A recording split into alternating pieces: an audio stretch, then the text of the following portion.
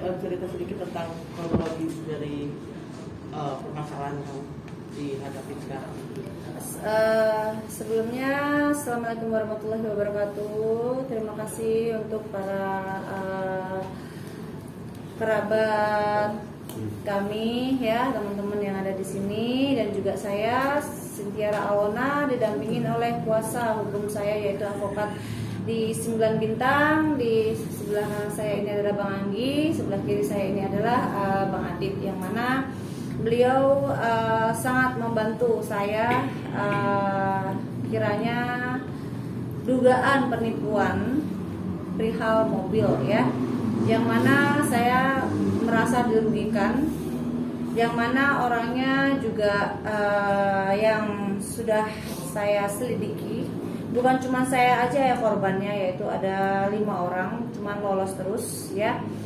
Siapapun dia backupannya, kalaupun memang dia salah, tetap saya akan minta keadilan ya. Yang mana juga kerabat-kerabat juga tahu perihal saya juga pernah yang namanya dihakimin, saya salah dihakimin, yang mana saya juga mau siapapun yang berbuat salah, saya juga minta keadilan dihakimin juga gitu loh, dalam arti dihakimin secara hukum. Kalau saya sudah menggandeng ya advokat 9 Bintang, berarti saya minta keadilan gitu, dalam arti saya juga pernah diadili, saya juga saat ini dengan dizolimin, dengan saya ditipu, saya juga mau keadilan itu ditegakkan begitu. Kronologisnya sendiri seperti apa sih?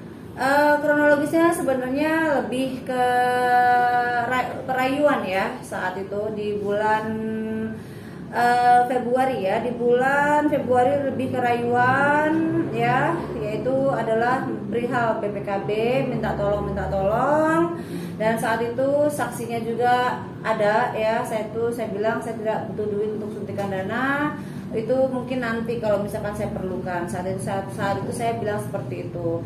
Lalu nggak tahu kenapa tiba-tiba besoknya datang dengan istrinya yang sangat meyakinkan ke saya ya, dan nggak tahu kenapa langsung saya tergiur gitu.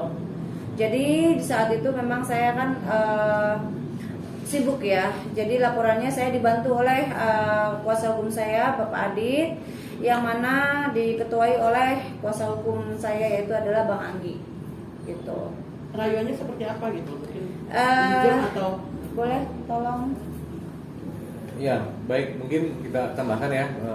Jadi terkait dengan rayuan itu bermula dari sejak awal bulan Januari. Sebetulnya kalau kenal sudah lama, hanya di bulan Januari itu baru mulai ada rayuan-rayuan. Yang pertama terkait dengan peminjaman mobil terlebih dahulu. Peminjaman mobil bahwa Ibu Alona membutuhkan uang, beliau ada pendana, ibaratnya pendana seperti itu. Pendana itu memberikan dana dan akan dijanjikan setiap bulan gitu ya. Setiap bulan ada keuntungan senilai sekian lah kurang lebih.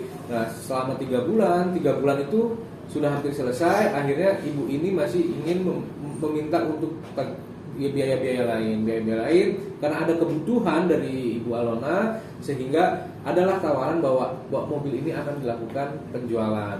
Nah, pada saat mobil itu akan dilakukan penjualan, diserahkanlah dokumen-dokumen atas kendaraan roda 4 tersebut kepada si terlapor ini. Nah, namun terkait dengan pembayaran itu yang tidak selesai hingga saat ini. Terakhir bahwa Bu Alona sebelum melakukan penempuhan jalur hukum, Ibu Alona sudah meminta secara baik-baik. Dia sudah minta baik-baik, kembalikan saja kendaraan roda 4 tersebut, atau memang kalau misalnya tidak bisa membayar.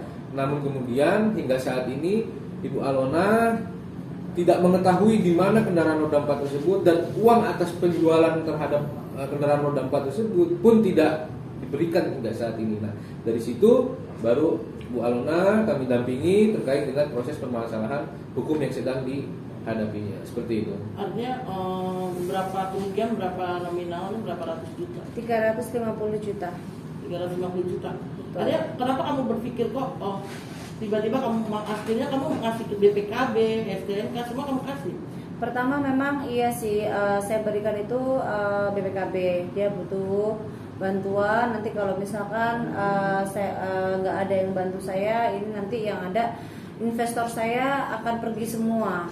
Jadi kita sama-sama ini terus diiming-imingkan ya.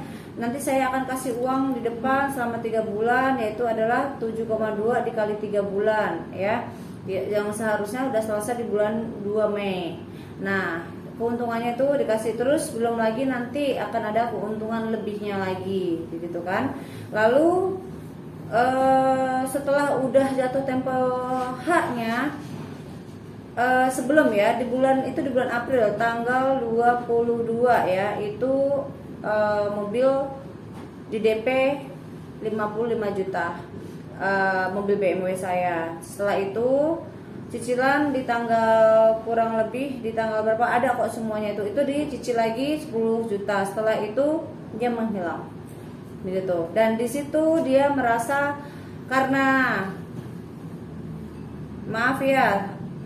dia merasa di backup karena dia salah satu anggota partai terbesar ya, dalam arti dia merasa di backup dan lain-lainnya, akhirnya dia merasa tak gentar gitu loh. Yang mana tidak gentar, saya pernah dihukum atas kesalahan saya ya, atas keteledoran saya, dan saya diadilin, dan sekarang saya telah dizolimin, telah ditipu, saya juga minta keadilan.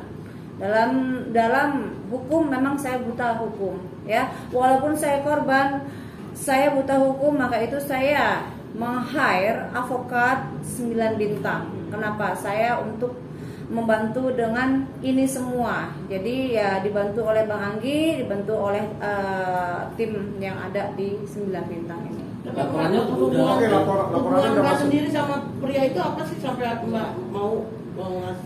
Berawal saya kan punya usaha. Jadi di saat saya sudah keluar, selesai ya hukuman saya keluar, saya usaha lagi. Saya membuka coffee shop dan juga toko bunga. Nah di situ saya ada satu aset yang saya jual, makanya saya membuka usaha dan membeli mobil BMW gitu.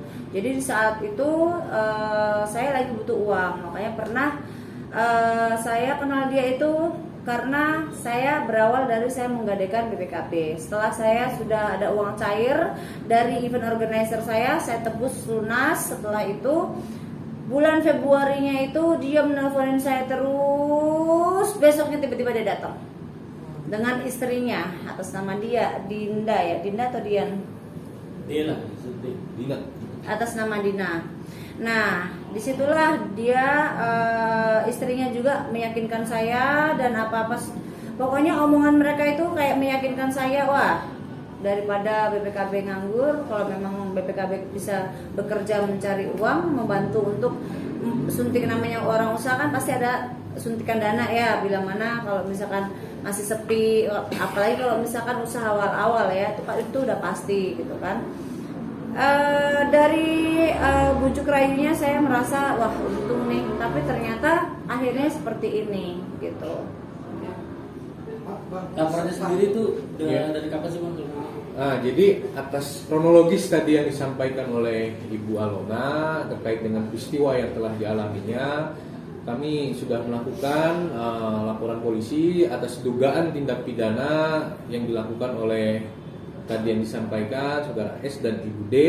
Nah, itu dugaan tindak pidana penipuan dan penggelapan, di mana konstruksi hukumnya itu pasal 372, 378. Nah, terkait dengan laporan polisi tersebut sudah kami lakukan laporan polisi di Polres Bogor. Kenapa di Polres Bogor? Karena tempat kejadiannya berada di Kabupaten Bogor. Artinya secara wilayah yurisdiksi itu ada di Kabupaten Bogor, sehingga masuk dalam wilayah Polres Bogor. Itu pada hari Selasa tanggal 6 Agustus tahun 2024 kita sudah lakukan pembuatan laporan polisi yang dilakukan oleh Ibu Alona atas peristiwa yang tadi dilakukan dengan terlapor 2 orang tadi berinisial R dan D, dan dugaan kerugian kurang lebih 350 juta dengan konstruksi hukumnya pasal 378 junto 372 dikebelah. Kalau menurut saya nggak usah disingkat aja ya Bang ya. Siap. Namanya Reki Suprayogi ya, yang mana dalam partai besar yaitu Partai Gerindra. gitu. Kamu kan merasa bilang bahwa dia di backing itu kamu tahu atau dia ngomong dia di backing atau hanya ini aja? Saya menyelidikin sebenarnya. Saya menyelidikin gitu. Jadi yang 5 orang yang sudah tertipu itu case-nya ditutup. Dan ini saya tetap akan maju sampai tuntas. Saya nggak akan mundur. Ditutup oleh Laporannya nggak diterima dan laporannya case close dan ini saya nggak mau. Dan alhamdulillahnya saya meng-hire kuasa hukum yang tidak salah. Dalam arti benar-benar kuasa hukum saya betul-betul maju. Ya, pihak polisi sendiri sudah memanggil Bu Alona sebagai pelapor dan mengirim bukti-buktinya. Sejauh ini proses dan perkembangan di penyelidikan di Polres Bogor cukup signifikan karena sudah ada panggilan dari pihak-pihak, dalam hal ini saksi korban juga sudah dipanggil, terus kemudian bukti-bukti juga sudah diserahkan dan terlapor pun dalam hal ini tadi RS atau Reki itu pun sudah dipanggil. Nah, perkembangannya seperti apa? Tinggal pihak penyelidik Polres Bogor untuk mengumpulkan keyakinan secara hukum agar bisa dinaikkan ke tingkat status penyidikan.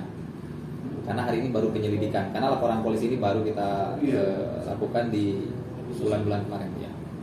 Itu 2024. bukti-bukti Bu Alona sendiri apa sih yang menguatkan untuk laporannya sendiri? Satu diantaranya itu mengenai rekening koran, terus kemudian foto BPKB, STNK, dan foto unit mobil dan lalu lintas keuangan yang sudah diserahkan kepada Reki juga. Itu udah kerjasama nggak sih, perjanjian yang ibarat meminjam? Tidak ada kerjasama. Tidak ada. Tidak ada. Tidak ada. Tidak ada. Begitu aja.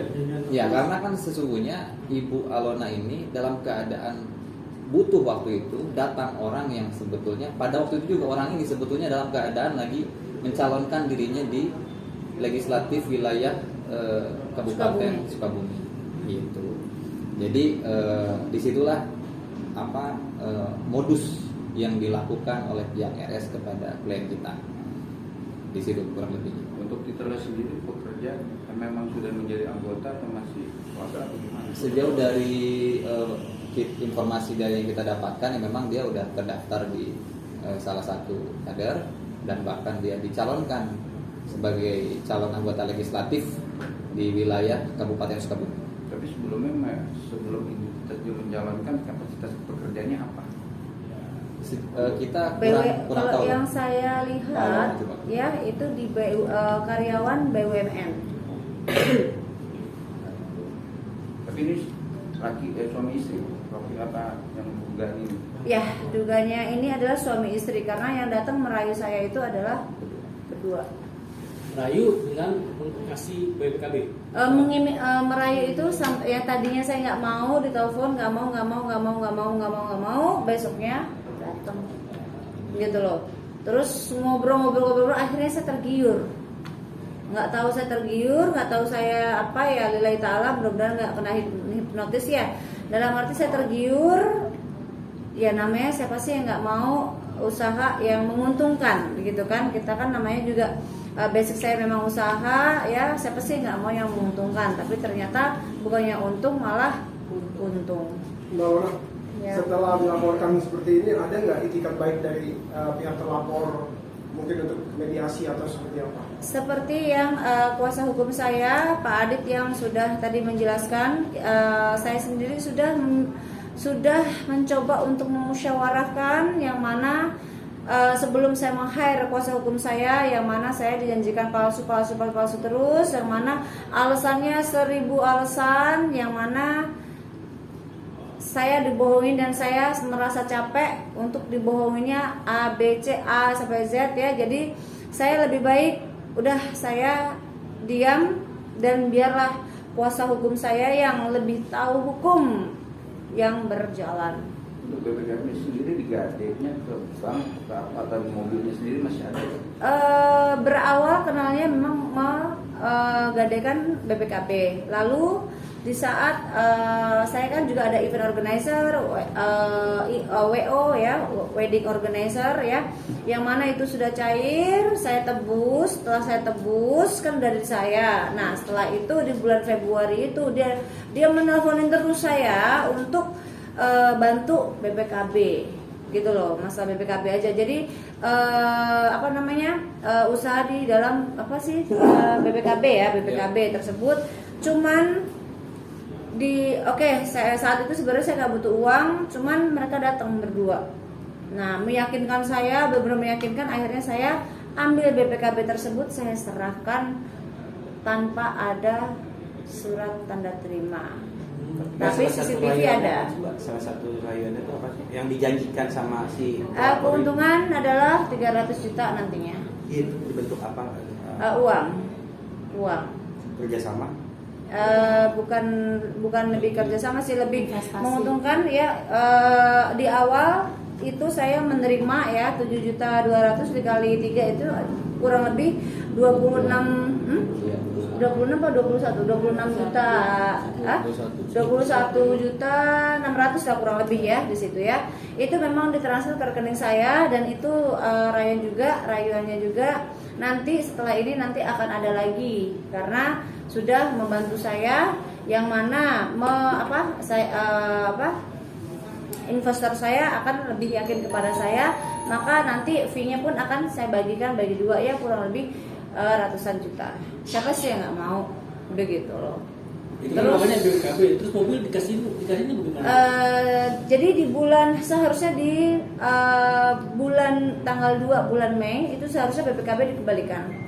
Lalu mandeknya di usaha saya, yang mana usaha baru ya, saya butuh suntikan dana. Itu yang saya punya cuma mobil. Jadi karena saya berdiri sendiri ya, jadi mobil itulah yang saya bilang ke Reki ada nggak yang mau beli mobil ini, saya bilang begitu kan, saya mau jual. Oh ada, tapi di DP dulu 55 juta, mau nggak? Ya karena saya butuh, saya bilang saya mau, begitu. Dari situ lah mobilnya Lenyap, PPKB-nya pun lenyap, sisa duit tidak ada. tidak ada.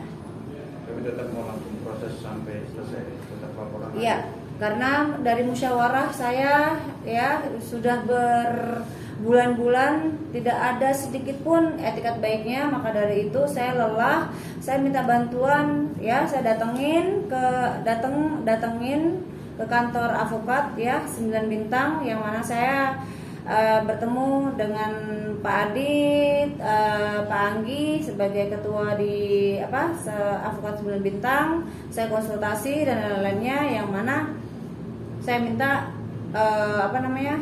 saya pernah diadilin atas ketidakadilan saya, dan saya minta ini juga kalau bisa ya sesuai dengan keadilan seperti yang saya pernah diadili. Oke, Panggi, ini laporan sudah masuk tanggal berapa ini laporan? LP ini masuk 6 Agustus 2024. Jadi sebelum laporan polisi ini dilakukan, kita ini melayangkan somasi sampai 3 kali. Dari 3 kali itu 1 diantaranya saudara Reki ini datang ke kita, dan dia mengakui bahwa uangnya dipakai untuk nyalon. Oh iya. Terpilih nggak bang? Ya. Saya nggak tahu, infonya sumpah saya nggak tahu. kayaknya. Tapi sih pada prinsipnya dengan pengakuan itu telah membuktikan bahwa klien kita memang dilakukan kejahatan terhadap klien kita, dan tentunya kerugian yang ditanggung oleh klien kita. Itu ada pengakuan di situ. Ini sudah ada direkam atau secara Memang ini sebetulnya rahasia, tapi mau tidak mau saya sampaikan hal ini karena memang ya pengakuan itu dalam hukum memang diperlukan. Nah, tinggal kan ntar pihak penyelidik atau penyidik untuk membongkar atau menanyakan terkait kemana lalu lintas uang yang sudah dipakai oleh si terlapor ini, ya, untuk kepentingan dia selama proses pencalonan. Berarti bisa diduga uang hasil penjualan mobilnya Mbak Alona diduga bisa buat nyari kita. Iya, yang harus diserahkan ke sini malah dipakai untuk yang lain. Nah, itu dugaan tindak pidana penipuan dan penggelapannya. Yang pertama, yang kedua, pertama dia datang. Tadi bilang katanya 3 kali. Somasi 3 kali. Dari 3 kali itu dia cuma 1 kali datang. Oh. Tapi pada saat dia datang ada etikat baik untuk mengembalikan. Itikat Dan baik, bahasanya? ya itikat baiknya sudah kita deteksi seperti halnya yang sudah disampaikan oleh klien kita. Dia main watak, ya dia janji-janji dan sebagainya dengan berbagai macam ulasan cerita yang sudah dituangkan dalam surat pernyataan, tapi pada faktanya memang denial, bebal. Gitu. Itu pun dia pengen begitu sama ke kita. Cuman kan kita udah mendengar cerita langsung dari Mbak Alona, ya saya pikir nggak perlu. Artinya Mas dengan pengakuan dari si R ini artinya lebih gampang dong ya untuk mengkasuskan masalah. Ya, dalam perspektif Karena hukum, sudah ada bukti. ya dalam perspektif hukum pasal 184 Kitab Undang-Undang Hukum Acara Pidana seyogianya harus dilakukan dengan cepat. Karena udah ada dan memang sebetulnya bukan pengakuan juga, kita lebih kepada bukti faktanya ada, rekening korannya ada, PPKB mobil dan memang saat ini tidak dipegang oleh klien kita, berada di tangan orang lain, dan ketika kita meminta barangnya sudah tidak ada, ya itu udah cukup sebetulnya. Ya ditambah dengan pengakuan itu tadi. Oke, Alona, seandainya setelah kamu merespon seperti ini dan dari pihak sana beritikat baik, baru mulai beritikat baik, apakah kamu akan membuka jalan damai atau gimana? Damai. Bila mana kerugian saya itu dibayarkan, karena yang namanya dibui itu tidak enak sekali. Ya, saya kasih tahu aja, sangat nggak enak sekali. Ya, dengan kamu Reky Prayogi, ya, kamu membawa bendera partai yang sangat besar.